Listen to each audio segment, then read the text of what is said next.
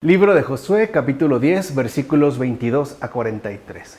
Josué dijo: despejad la entrada de la cueva y sacadme de ella a esos 5 reyes. Cuando lo sacaron delante de Josué, éste llamó a todos los hombres de Israel y dijo a los jefes de los guerreros que le acompañaban: acercaos y poned vuestros pies encima de sus cuellos. Ellos se acercaron y pusieron sus pies encima de sus cuellos.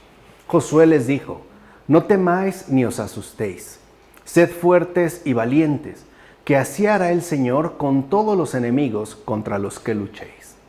Después Josué los golpeó y les dio muerte y los colgó de 5 árboles.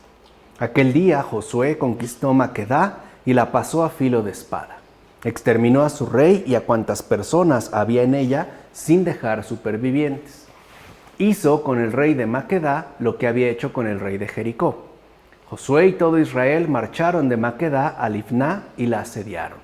El Señor puso la ciudad y a su rey en manos de Israel, que la pasó a filo de espada con cuantas personas había en ella, sin dejar supervivientes, e hizo con su rey lo que había hecho con el rey de Jericó. Josué y todo Israel marcharon de Libná a Laquis, acamparon junto a ella y la asediaron. El Señor puso la ciudad y a su rey en manos de Israel, que la conquistó al 2.º día y la pasó a filo de espada con cuantas personas había en ella, lo mismo que había hecho con Libná. Josué y todo Israel marcharon de Eglón a Hebrón y la asediaron. La conquistaron y la pasaron a filo de espada, así como a su rey, todas sus fortalezas y a cuantas personas había en ellas, sin dejar supervivientes, lo mismo que había hecho con Eglón. La exterminaron así como a cuantas personas había en ella. Así pues, Josué batió todo el país, la montaña, el Negev, la Céfela y sus laderas, y a todos sus reyes sin dejar supervivientes. Exterminó a todo ser vivo, tal y como el Señor Dios de Israel lo había mandado. Josué los batió desde Cades Barnea hasta Gaza, y también a todo el país de Gosén hasta Gabaón. Josué conquistó a todos aquellos reyes y sus tierras de una sola vez, porque el Señor, Dios de Israel, luchaba a favor de Israel. Entonces Josué y todo Israel regresó al campamento de Gilgal. Mira bien, Josué destruyó a los enemigos para poder representar los sacramentos futuros. En efecto, es a través de los sacramentos de Jesús que podemos destruir a todos esos reyes que mantienen un reino de pecado en nosotros. De hecho, los sacramentos del Señor destruyen cada poder hostil, poniendo sus pies divinos sobre su cuello. ¿Acaso no has sido llamado a poner tus pies sobre serpientes y escorpiones, como dijo el Señor en el Evangelio de Lucas? ¿No debes pisotear descalzo al ladrón y al lagarto, como se afirma en un salmo? En efecto, debes poner tus pies sobre el cuello de aquel reyezuelo que una vez reinó en ti y mantenía por tanto un reino de pecado. En esto consiste, el reinado de Jesucristo sobre ti. Por eso el Señor nos invita a no tener miedo. Por eso lo que yo les dije la ocasión anterior, lo que el Señor realmente espera es que nosotros gocemos de su triunfo y de su victoria, ya sea por medio de un combate determinado, es decir, espiritualmente específico, o bien por medio de la gracia que se nos concede a través de la vida sacramental. Porque son los sacramentos del Señor los que en efecto doblegan y humillan a todo poder adverso. En particular, a todos aquellos poderes que, al ser demoníacos, insisten en someternos en la esclavitud del pecado. Ojalá que el Señor Jesús, el Hijo de Dios, me conceda entonces pisotear el espíritu de fornicación con mis pies y pisotear el espíritu de la ira y la rabia, pisotear al demonio de la avaricia, pisotear la jactancia, aplastar al espíritu de la arrogancia con mis pies. Y cuando haya hecho todo esto, que reine por tanto la gracia de Dios en mi interior. Esa es la esencia de los sacramentos. ¿Por qué el Señor instituyó los sacramentos? Para que reine la gracia de Dios en nuestro propio interior. Por eso están los sacramentos. Por eso, si bien es cierto que la palabra de Dios es fundamental, no basta. se requiere también de los sacramentos. Es decir, el reino de la gracia de Dios en cada uno de nosotros. Si merezco obrar así, ciertamente seré bendecido. De hecho, lo que Josué dijo a los ancianos, también me es dicho a mí, o sea, a cada uno de nosotros. Esforzaos y sed valientes. No tengáis miedo, ni os atemoricéis por su apariencia, porque el Señor ha puesto todos tus enemigos en tus manos. Estemos pues preparados espiritualmente para librar este tipo de guerras. Solo así podremos recibir de manos de Jesús una porción de heredad, incluso aquellos lugares y reinos que son el reino de los cielos, que es también lo que el Señor nos quiere conceder, o sea, la tierra prometida, como afirma Orígenes. Por otra parte, Lifná parece significar blancura, pero la blancura es entendida de formas diferentes, pues hay una blancura de lepra y una blancura de luz. Con este se resalta la necesidad de establecer diferencias entre una y otra condición. En efecto, Libná tenía una cierta blancura de lepra bajo el dominio de los reyes malvados. Pero después de que estos fueran destruidos, Libná llega al reino de Israel y recibe por tanto la blancura de la luz. Esta blancura es digna de alabanza, que es lo que el Señor está esperando, ¿no?, de cada uno de nosotros, que lleguemos a acceder finalmente a la blancura de la luz, o sea, al resplandor que nos transmite y nos comunica su divina gracia, como afirma Orígenes en las homilías sobre Josué. Además, tengamos en cuenta que laquis es interpretada como camino.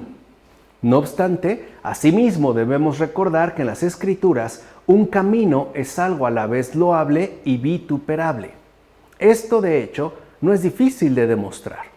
Por ejemplo, en los Salmos se dice, y el camino de los impíos perecerá, en el Salmo 1. O bien, endereza el camino para vuestros pies, en Proverbios. Así pues, aquí se puede entender lo siguiente. La ciudad de Laquis fue al principio el camino de los impíos y después, cuando fue destruida y depuesta, fue conducida hacia el camino recto por los israelitas, como afirma Orígenes en las homilías sobre Josué, que es justamente la figura de la conversión. El camino entonces se endereza y pasamos del sendero ancho que nos propone el pecado, ¿no?, al camino estrecho que en efecto nos concede la gracia. Ahora bien, también Hebrón puede ser interpretada como unión o como matrimonio. Pero la unión de nuestra alma estaba dada al pecado y por ende al demonio, el pésimo marido. Pero una vez destruido, el alma quedó desposada con un marido excelente, Jesucristo.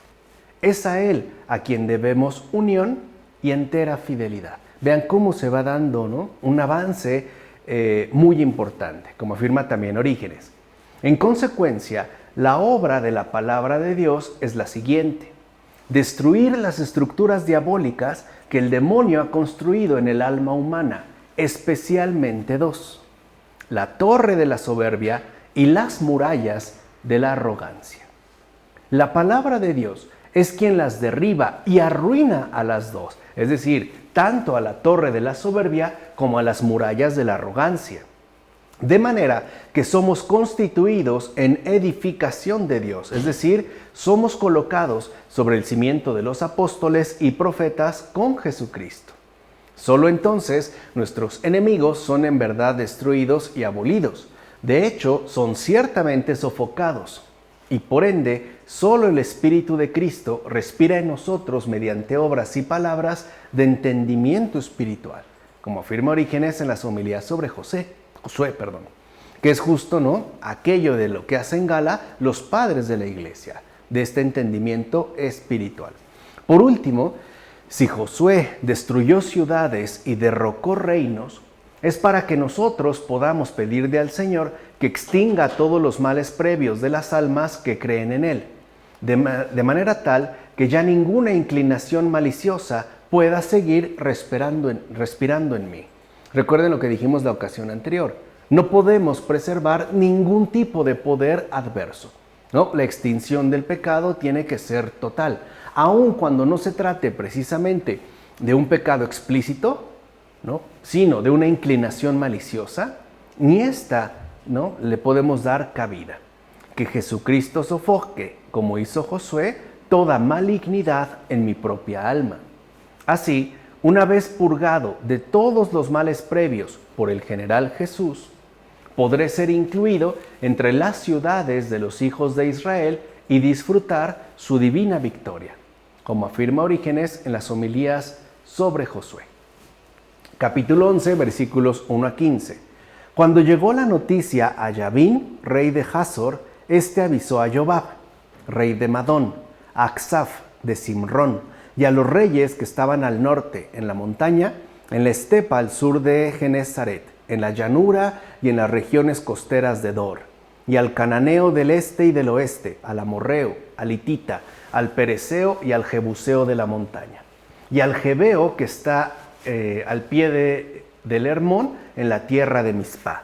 Salieron con todas sus tropas, una enorme muchedumbre tan numerosa como la arena de la orilla del mar, y con multitud de caballos y carros.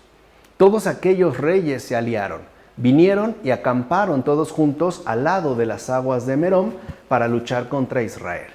El Señor dijo a Josué, no les tengas miedo, que mañana a esta hora yo estaré poniendo delante de Israel los cadáveres de todos ellos. Desjarretarás sus caballos y prenderás fuego a sus carros. Josué con toda su tropa los sorprendieron junto a las aguas de Merón y cayeron sobre ellos. El Señor los puso en manos de Israel. Los batieron y persiguieron hasta la gran Sidón, hasta Misrefot Maim y hasta la vega de Mizpá al oriente. Los batieron sin dejar supervivientes. Josué hizo con ellos lo que el Señor le había dicho. Desjarretó sus caballos y prendió fuego a sus carros. Josué capturó a todos aquellos reyes con sus ciudades y los batió a filo de espada, consagrándolos al anatema, tal como Moisés, el siervo del Señor, lo había mandado.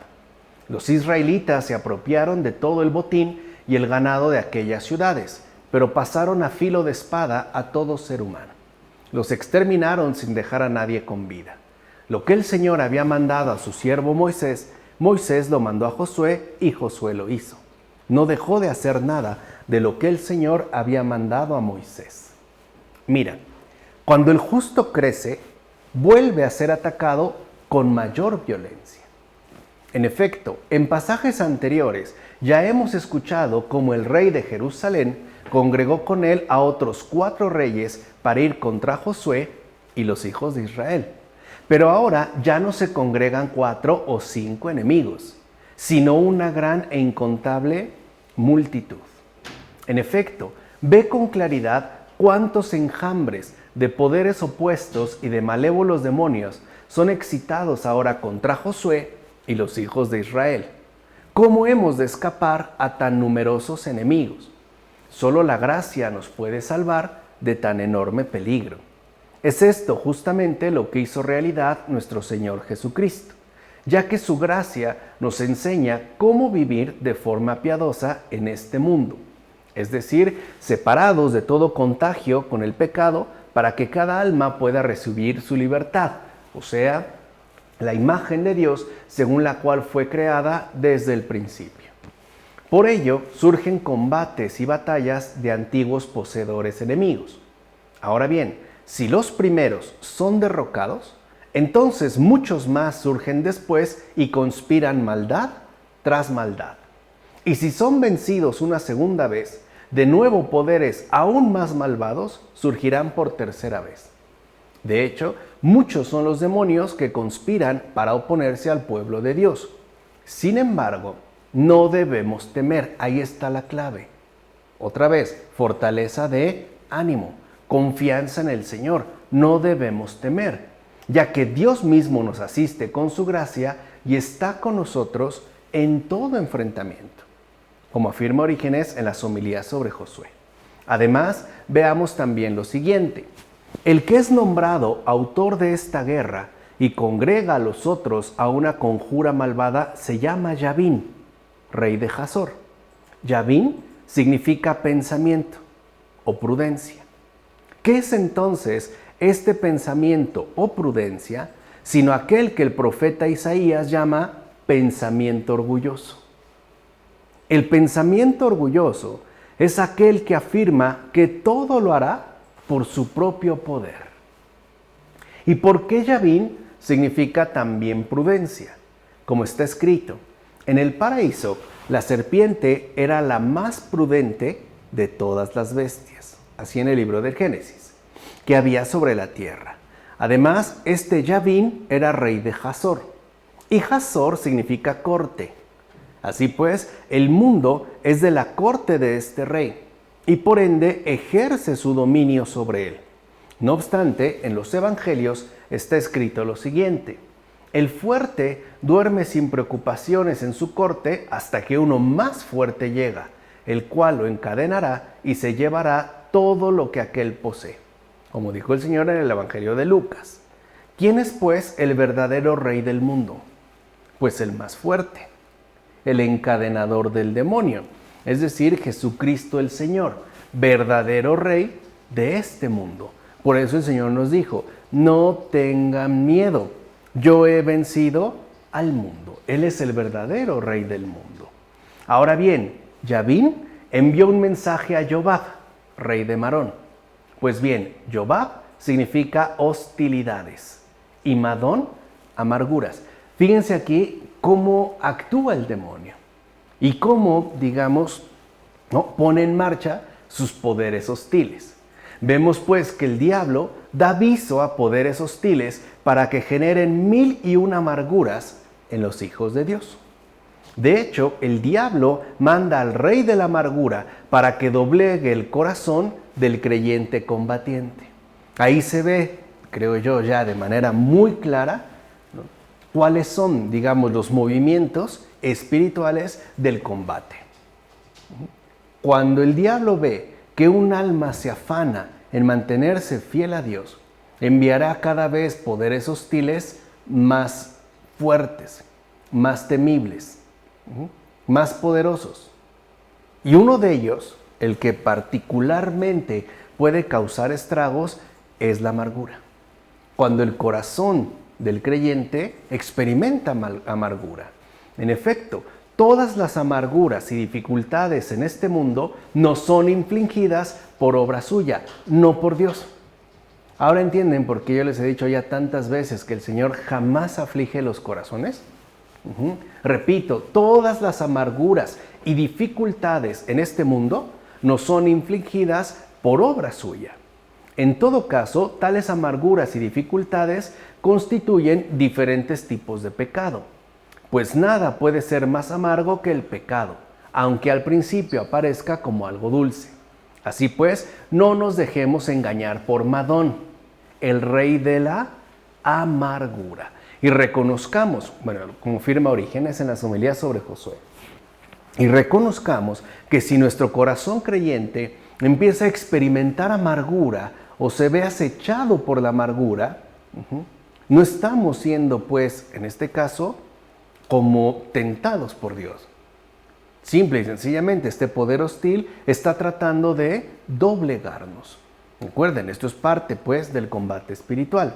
¿Ves ahora el ejército de enemigos invisibles que son congregados por el rey Yabín para luchar contra aquellos que seguimos a Jesús, nuestro guía y salvador? No obstante, ¿qué nos dice el Señor? No tengáis miedo de su aspecto, que mañana a esta hora los entregaré en tus manos. Ciertamente, hoy mismo no podemos aplastar a todos aquellos poderes o eliminarlos. Pero es verdad que mañana serán destruidos, es decir, después de la consumación de esta edad, al final del mundo, ¿no? Entonces cada poder contrario será destruido y lo oscuro será vencido. De hecho, verás esto cuando se diga, id al fuego eterno que ha preparado Dios para el diablo y sus ángeles, como afirma el Señor en Mateo, ¿no?, como dice Orígenes. Así pues, los caballos y los carros que son exterminados parecen contener la figura de aquellos que, aunque situados en los cielos, cayeron por la lascivia y la soberbia, encendidos en llamas por ellos mismos, según su enardecimiento. Por eso no son nunca fuente de salvación, sino de engaño y pecado. En efecto, nosotros no acudimos a los caballos ni a los carros para vencer, ya que más bien invocamos al Dios verdadero para vencer siempre sobre ellos.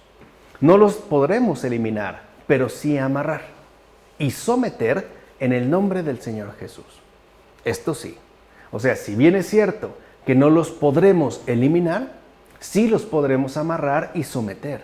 Y en eso consiste también el gozo de la victoria que Jesús mismo nos quiere conceder a todos y cada uno de nosotros, como dice Orígenes. Ahora bien, si entendemos que las pasiones del cuerpo, la lascivia, la soberbia, la lujuria y otras tantas que arrastran al alma desgraciada a diversos precipicios, son llamadas aquí carros y caballos, y a que estos mismos Dios ordena que sean debilitados y sometidos, nuestra inteligencia está ordenada.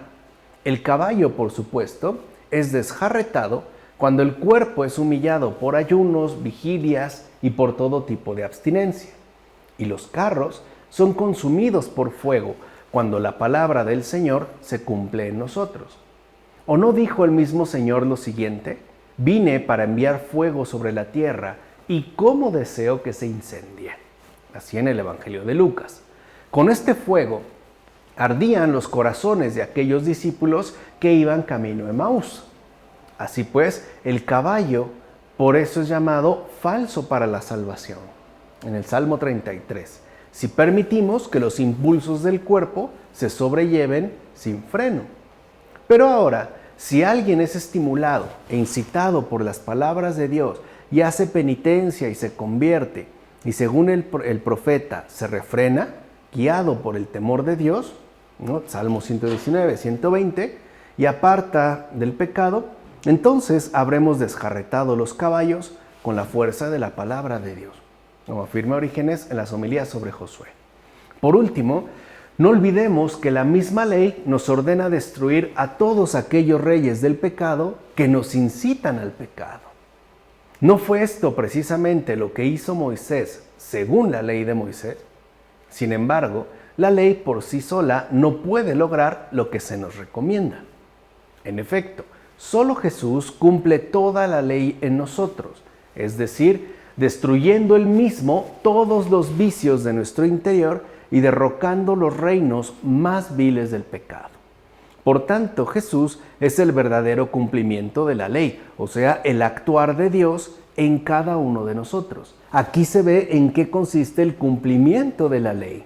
No es un legalismo obsesivo. No, cumplir la ley significa el dejar a Dios actuar en mi propia vida. Esto significa el verdadero cumplimiento de la ley. Por eso dice, no vine para abolir la ley, sino para cumplirla. Así en Mateo. Capítulo 11, versículos 16 a 23. Josué se apoderó de toda esta tierra, de la montaña y de todo el sur, de todo el país de Gosén, de la Céfela, de la Arabá, de la montaña de Israel y de sus llanos, desde el monte Pelado que asciende hacia Seir hasta Baal-Gad en la vega del Líbano, al pie del monte Hermón. Capturó a todos sus reyes, los batió y los mató. El Señor hizo que se obstinase su corazón en presentar batalla a Israel, de modo que fueran consagrados al anatema y no merecieran compasión hasta quedar exterminados, como el Señor había mandado a Moisés. Josué se apoderó de toda la tierra, como el Señor lo había mandado a Moisés, y la dio en heredad a los israelitas, conforme a su división en tribus, y el país descansó de la guerra. Mira, mientras los poderes hostiles que producen pecados en nosotros no vienen y nos incitan a pecar o nos provocan para luchar, no pueden ser destruidos ni exterminados. ¿Entiendes ahora por qué Dios mismo a veces permite que los poderes adversos salgan en contra de nosotros según su malévola obstinación? Precisamente para que sean destruidos y exterminados. De hecho, cuando somos atacados por esos poderes hostiles, Dios espera lo siguiente: que nos apoderemos de la victoria y que aquellos sufran la derrota, es decir, la destrucción. Creo que esto nos puede consolar bastante dentro de la vida espiritual, como afirma Orígenes en las homilías sobre Josué. Además, no se dijo que Josué capturara en la guerra a algunos y a otros no, sino que los tomó a todos, ¿no? A todos capturó y a todos destruyó. Esto es figura de Jesucristo, ya que Él es quien ha purgado todo tipo de pecado y los ha destruido a todos. Por eso se dice correctamente que Josué mató a todos los enemigos que fueron a la guerra. Ya habíamos dicho desde el principio de este libro cómo en efecto, ¿no?, se pone, digamos, en el centro la figura de Jesús. Josué, pues, ¿no?, es aquel que está figurando al Señor Jesús. De hecho, ningún tipo de pecado es tan grande que Jesús, la palabra y sabiduría de Dios, no sea superior a él. Jesús supera a todos y a todos vence. ¿O acaso no estamos convencidos que todo tipo de pecado es arrancado cuando asistimos al baño salvador, o sea, en el bautismo? ¿Qué pecado queda en pie? ¿O qué pecado no puede ser perdonado? Los enemigos se envalentonan al ir a la batalla, pero al final caen y son todos ellos exterminados, como afirma también Orígenes. Por último, ¿por qué se dice que Josué tomó posesión de toda la tierra? ¿Cuánta tierra puede abarcar el que posee solo Judea? Josué, como hemos dicho, es figura de Jesús. En efecto, nuestro Señor Jesucristo es quien verdaderamente ha tomado posesión de toda la tierra, es decir, de toda la multitud de creyentes que en tropel han acudido de todas partes a Él. De hecho, con Él es que por fin la tierra descansó de la guerra. Es decir, mediante la gracia del bautismo, la carne ya no lucha contra el espíritu, ni el espíritu contra la carne. ¿O no es verdad que la tierra descansa cuando llevas la muerte de Jesucristo en ti mismo? En efecto, solo así te conviertes en alguien pacífico y por ende en hijo de Dios, como afirma Orígenes. Capítulo 12, versículos 1 a 24. Esta es la relación de los reyes del país a los que los israelitas derrotaron y expulsaron de los territorios que tenían al otro lado del Jordán, al este, desde el torrente Arnón hasta el monte Hermón y en toda la zona oriental del Arabá. Sihón, rey de los amorreos. Los dominios de Og, rey de Basán. Moisés, el siervo del Señor, y los israelitas los derrotaron. Moisés, el siervo del Señor, dio su territorio a los de Rubén, a los de Gad y a la mitad de la tribu de Manasés. Y esta es la relación de los reyes del país derrotados por Josué y por los israelitas después de pasar el Jordán. El rey de Jericó, 1. El rey de Ai, que estaba junto a Betel, 1. El rey de Jerusalén, 1. El rey de Hebrón, 1. El rey de Yarmut, 1. El rey de Laquis, 1. El rey de Tirsá, 1. En total, 31 reyes. ¿Qué nos dice lo anterior? Mira, como dijo el Señor, el que cree en mí, también él hará las obras que yo hago y las hará mayores, como afirma en el Evangelio de Juan. En efecto, Moisés solo mató a 3 reyes, pero Josué acabó con 30. Moisés perseveró en la oración, suplicó y vio la tierra prometida, pero Josué fue el que entró y la repartió en herencia. ¿No es esto señal de la obra posterior que habrían de realizar los discípulos del Señor? Jesús realizó milagros, pero fueron estos, los discípulos del Señor, quienes realizaron muchos más. Por eso vemos cómo la gracia del Señor va en incremento, como afirma Efrén de Nisibi en el comentario al Diatesaron. Capítulo 13, versículos 1 a 14. Siendo Josué anciano y entrado en años, el Señor le dijo: tú ya eres anciano y entrado en años, y todavía queda mucha tierra por ocupar. Esta es la tierra que falta, todos los distritos de los filisteos, de los gesuritas, el de los jebeos al sur, toda la tierra de los cananeos, desde Ara de los sidonios hasta Afecá y hasta el límite de los amorreos, la tierra de los gibalitas y todo el Líbano hacia el oriente, desde Baal-Gad al pie del Hermón hasta la entrada de Hamat, y también todos los habitantes de la montaña del Líbano hasta Misrefot-Maim, todos los sidonios. Yo los expulsaré de delante de los israelitas. Tú limítate a asignar en heredad por sorteo esa tierra de Israel, tal como te lo he mandado. Reparte ahora en heredad esta tierra a las 9 tribus y a la mitad de la tribu de Manasés. Los de Rubén y los de Gad, así como la otra mitad de Manasés, ya habían recibido las heredades que Moisés les había dado en Transjordania, al oriente, tal como Moisés, el siervo del Señor, se las había adjudicado. Tan solo a la tribu de Leví no le dio ninguna heredad, ya sabemos por qué. Su heredad son los sacrificios del Señor, Dios de Israel, tal como él le había dicho. Las cosas que se dicen de Josué hacen también referencia a nuestro Señor y Salvador. En efecto, ¿de quién se puede decir que sea el anciano lleno de días, sino al que es el primogénito de toda criatura? El Señor Jesús nos precede a todos y por ende Él es el guía de todos, justamente porque Él es el primero, cabeza de todas las cosas, como afirma Orígenes en las homilías sobre Josué. Pero vayamos más adelante y escucha conmigo a través de las sutiles líneas de expresión para que entiendas cómo por segunda vez se toma posesión de esta tierra. De hecho, como hemos escuchado, al propio Josué se le dice ahora que falta por ocupar mucha tierra todavía. Escucha pues lo que dice Pablo sobre esto, pues debe reinar hasta que ponga a sus enemigos a sus pies, en la primera carta a los Corintios.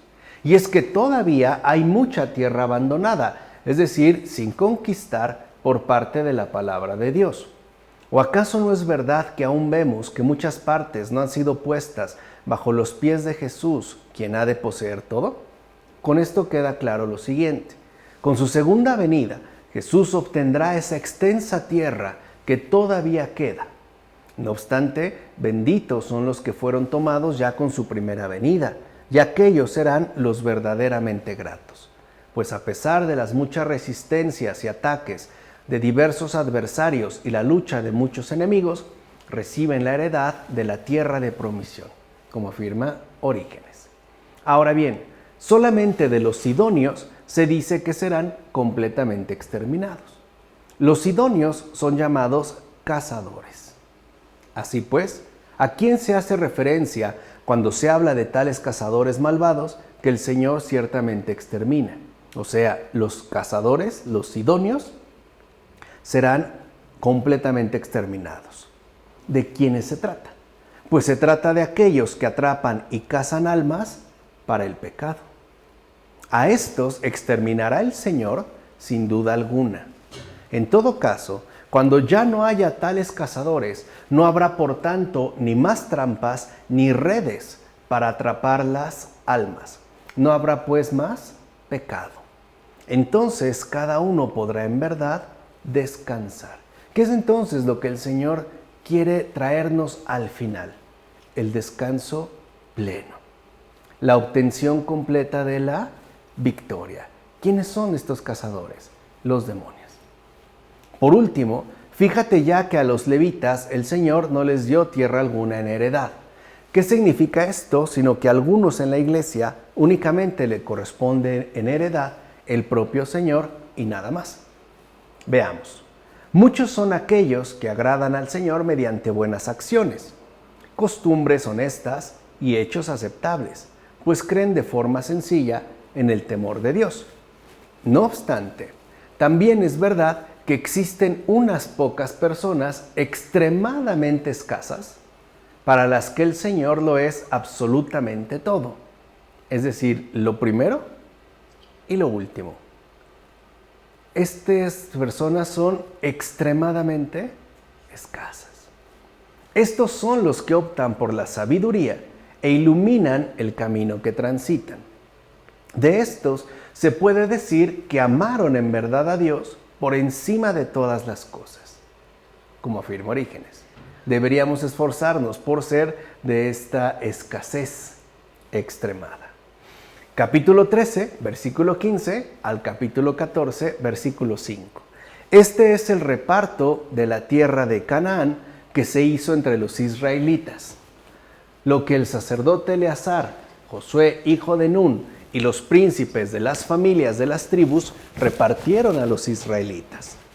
Se realizó una distribución en lotes conforme al mandato del Señor por medio de Moisés entre las 9 tribus y media restantes. Pues Moisés ya había entregado a las otras 2 tribus y media su heredad en Transjordania, y a los levitas no había adjudicado ninguna heredad entre ellos. Los hijos de Josué fueron divididos en 2 tribus, Manasés y Efraín. No se adjudicó a los levitas ninguna parte en la tierra, sino solo unas ciudades en las que habitar, con sus terrenos para su ganado y sus posesiones. Los israelitas hicieron lo que el Señor mandó a Moisés y repartieron la tierra. Para empezar, hay entonces una primera y una segunda división de la heredad. La primera se da a través de Moisés y la segunda, más numerosa, la realiza Josué. ¿Por qué? Porque aquellos que complacieron a Dios mediante la ley no consiguieron alcanzar lo que es perfecto. En efecto, los primeros precedieron en el tiempo a los que por la fe en Jesús, aun siendo los segundos, alcanzaron las cosas prometidas. De hecho, estos que vinieron después son los que en verdad agradaron a Dios. Y agradaron a Dios por haber alcanzado una sola fe, o sea, una verdadera comunión con Cristo. En esto, de hecho, consiste la perfección y por consiguiente la segunda repartición de la herencia, como afirma Orígenes. Por último, toda aquella tierra y su distribución a las tribus es imagen de la iglesia futura del cielo. En efecto, toda la historia del reparto de la tierra en el libro de Josué es promesa espiritual de lo que se realizará en el cielo. En todo caso, es una indicación que debemos tomarnos muy en serio. Ojalá que todos recibamos en heredad la vida eterna. Quiere decir que si hay, 2 reparticiones de la tierra, es para que no se nos olviden nunca los bienes prometidos, es decir, los bienes celestiales. Hay una pequeña porción que se nos reparte en esta tierra, que corresponde básicamente al hecho de cubrir todas y cada una de nuestras necesidades. Pero no es, la entrega final de la herencia. Esta herencia corresponde con la vida eterna. Y es esta justo a la que debemos aspirar, como afirma Jerónimo en Contra Joviniano. Capítulo 14, versículos 6 a 12. Los hijos de Judá se acercaron a Josué en Gilgal y Caleb, hijo de Jefnué, el Genisita, le dijo: Tú ya sabes lo que el Señor dijo a Moisés, el hombre de Dios, acerca de ti y de mí en Cades Barnea. Tenía yo 40 años cuando Moisés, el siervo del Señor, me envió desde Cades Barnea a explorar la tierra. Yo le informé con verdad, pero los hermanos que subieron conmigo hicieron desfallecer el corazón del pueblo. Yo, sin embargo, cumplí con el Señor mi Dios. Aquel día Moisés pronunció este juramento: Tú y tus hijos tendréis en heredad para siempre la tierra que han pisado tus pies, porque has cumplido con el Señor mi Dios. Mira, el Señor estableció que como castigo a su incredulidad no entrarían a la tierra de promisión todos aquellos que habían rechazado su ofrecimiento. Pero aquellos que estuvieron con Josué y por ende habían creído, entraron y recibieron lo que se les había prometido. Así pues, como Caleb, la mejor parte del pueblo prefirió la gloria y la recompensa. ¿O acaso no es verdad que Dios recompensa con la salvación a los que prefieren la virtud? Como afirma Ambrosio en los deberes de los ministros. Por eso para nosotros, ya lo habíamos dicho en alguna ocasión, la virtud siempre está ordenada en relación a la salvación. Por eso es que nuestra experiencia creyente no es moralismo, es cumplimiento, es fidelidad. Capítulo 14, versículos 13 a 15. Josué lo bendijo y entregó a Caleb, hijo de Jefnué, la heredad de Hebrón. Por eso Hebrón forma parte de la heredad de Caleb, hijo de Jefnué, el kenicita, hasta el día de hoy, porque cumplió con el Señor, Dios de Israel. El que recibe primero la heredad de parte de Josué es Caleb, hijo de Jefnué. Caleb significa como el corazón. Eso significa Caleb, como el corazón. ¿Quién es entonces como el corazón, sino aquel que en todas las cosas dedica esfuerzo a la comprensión profunda? En efecto, como el corazón es aquel que en todo lleva razón y prudencia. Así pues, en cuanto a su padre Jefnué, su nombre significa conversión. Eso significa Jefnué. Por consiguiente, Caleb es el hijo de la conversión. Y no es pues el hijo de la conversión, es decir, el convertido a Dios, el que produce el buen fruto del corazón. Por eso está la relación Caleb y su padre Jefnué. ¿Quién es Caleb? El que produce el buen fruto del corazón. Dicho brevemente, Caleb es todo aquel que se consagra a las comprensiones divinas y por ende realiza todo con razón y prudencia, como afirma Orígenes. Así pues, estamos todos llamados, en tanto miembros de la Iglesia, a ser también hijos de la conversión. Por tanto, no es casual que Caleb esté ante Josué.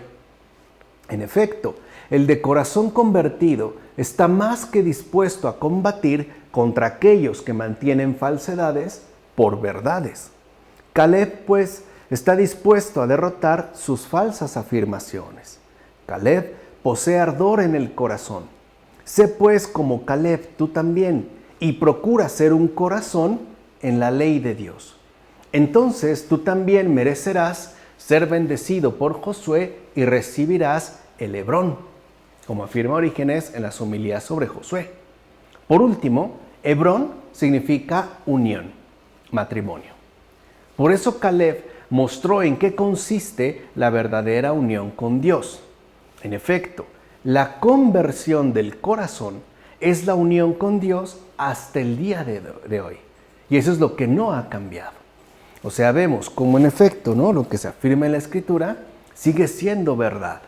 Repito, la conversión del corazón es la unión con Dios hasta el día de hoy. Y de hecho, ¿no?, es, digamos, aquello que se mantiene en pie. Capítulo 15, versículos 1 a 12.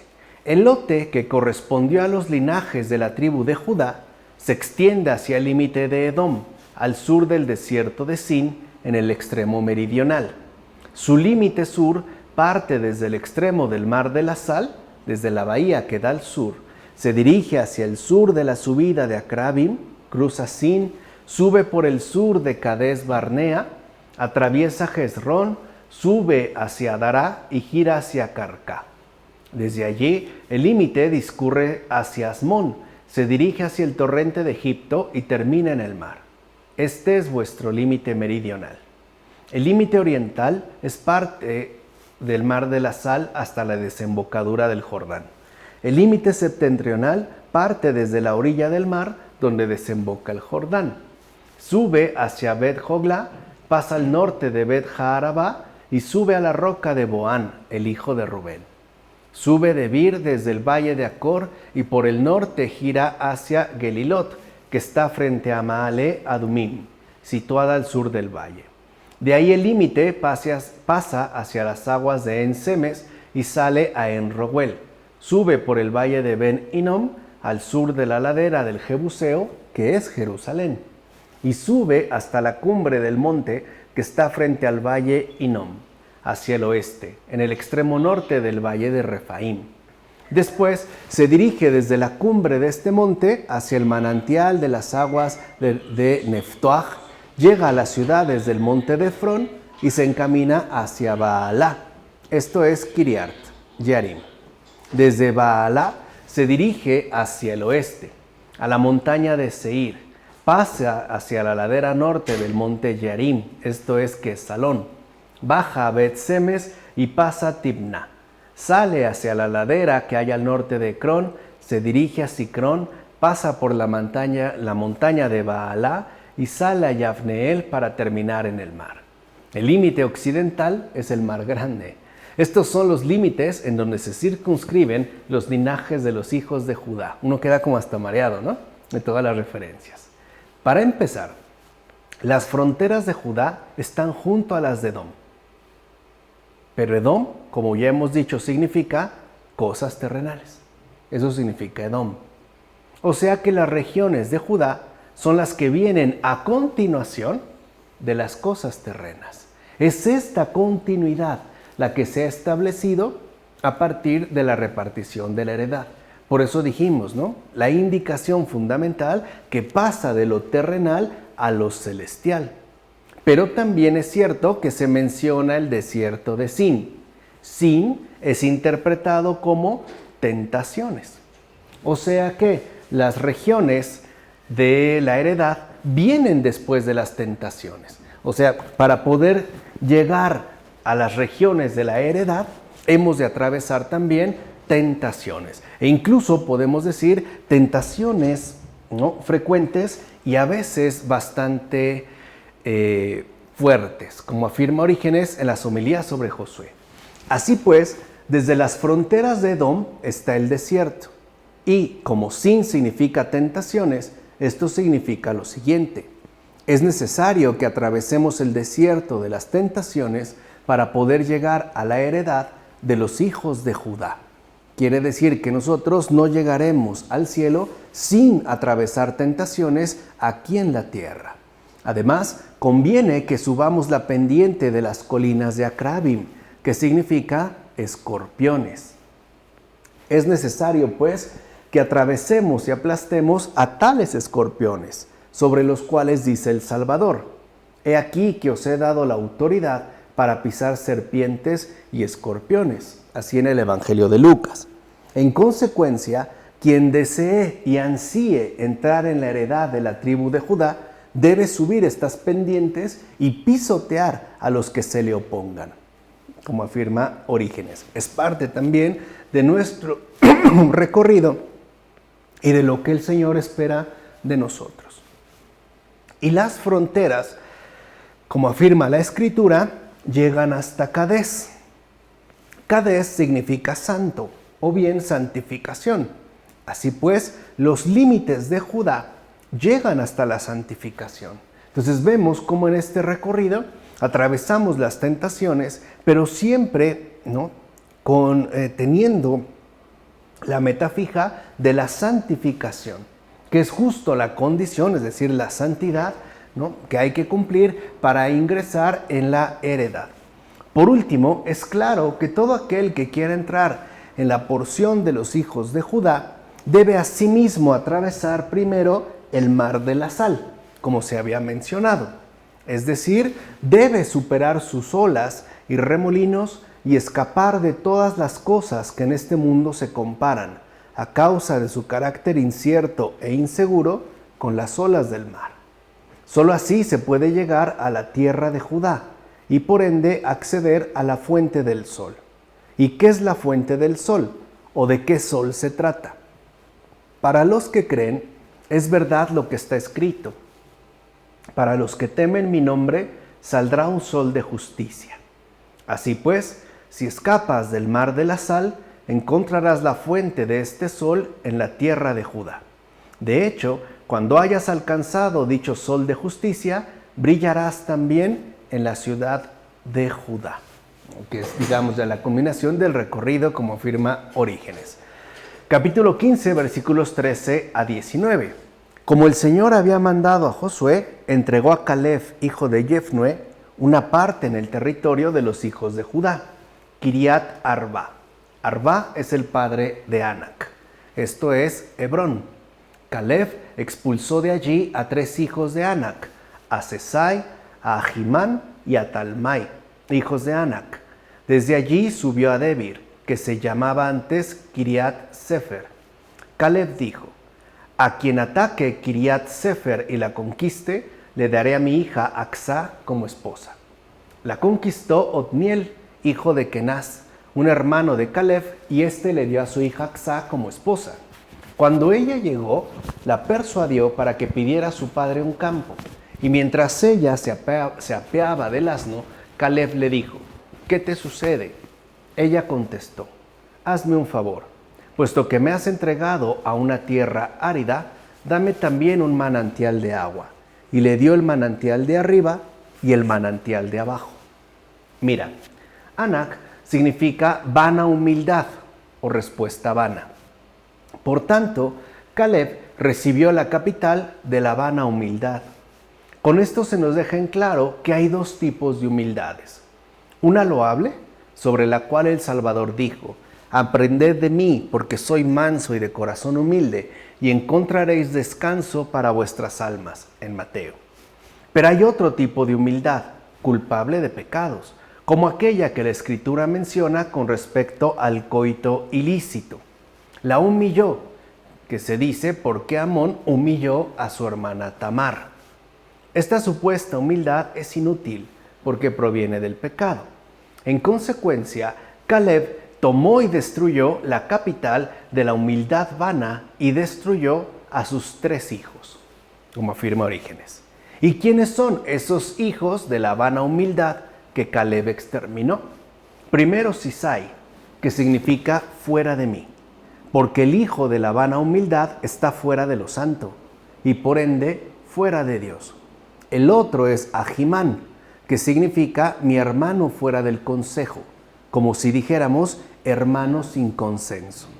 Pues es cierto que todos aquellos que nacen de la vana humildad están fuera del consejo. El tercero es Tamar, que significa precipicio, o bien suspensión, lo que indica que no hay nada estable en él y por tanto, al ser todo fluctuante, se precipita hacia el abismo, como afirma Orígenes. Por último, y ya con esto terminamos la exposición del día de hoy, Caleb subió a Kiriat Sefer, es decir, a la ciudad de las letras, y prometió dar a su hija como esposa a quien la destruyera. Y Otniel, en efecto, la destruyó. Otniel significa la respuesta de Dios. Así pues, a través de Otniel se nos indica lo siguiente. La respuesta a Dios consiste en destruir las letras humanas, o sea, los conocimientos humanos, para poder acceder al descubrimiento de las cosas ocultas. Debemos, pues, pasar de la letra al espíritu de la letra, que es lo que los padres nos han estado enseñando y en lo que nos han estado acompañando, como afirma también Orígenes en las homilías sobre Josué. Vamos a dejarle pues hasta aquí. En nombre del Padre, del Hijo, del Espíritu Santo. Amén.